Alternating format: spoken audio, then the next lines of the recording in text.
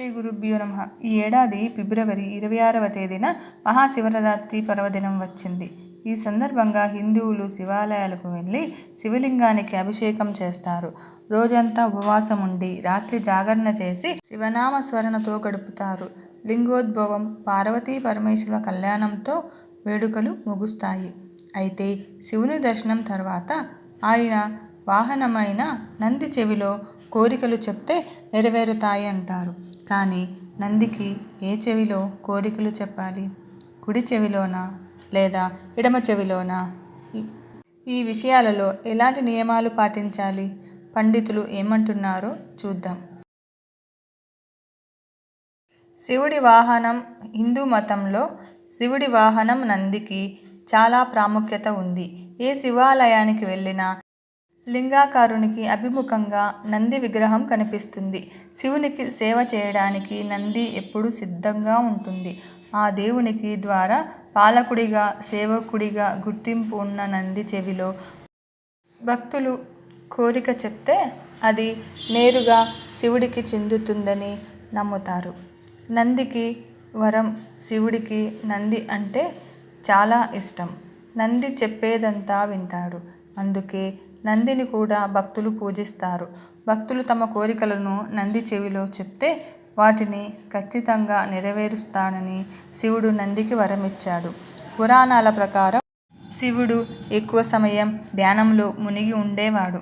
ఆయన ధ్యానానికి ఎటువంటి భంగం కలగకుండా నంది చూసుకుంటూ ఉంటాడు. పరమశివుడు తపస్సులో ఉన్నప్పుడు ఆయన్ను కలవడానికి ఎవరు వచ్చినా నంది చెవిలో తమ కోరికలు చెప్పేవారట. ఇలా నంది చెవిలో భక్తులు చెప్పిన మాటలు నేరుగా శివుడికి చేరేవి. ఆయన వాటిని నెరవేర్చేవాడు. అయితే దీనికి కొన్ని పద్ధతులు ఉన్నాయని పండితులు చెబుతున్నారు. పాటించాల్సిన నియమాలు: ముందు పార్వతీ పరమేశ్వరులను పూజించాలి. ఆ తర్వాత నందికి నీరు, పూలు, పాలు సమర్పించి ధూపం వెలిగించి హారతి ఇవ్వాలి. ఆ తర్వాతే నంది చెవిలో కోరికలు చెప్పాలి. సాధారణంగా నంది ఏ చెవిలో కోరికలు చెప్పినా పర్వాలేదు. అయితే ఎడమ చెవిలో కోరికలు చెప్పడం మరీ మంచిదంట. నంది చెవిలో ఏం చెప్పినా అది ఎవరికి వినిపించకూడదు. కానీ స్పష్టంగా చెప్పాలి.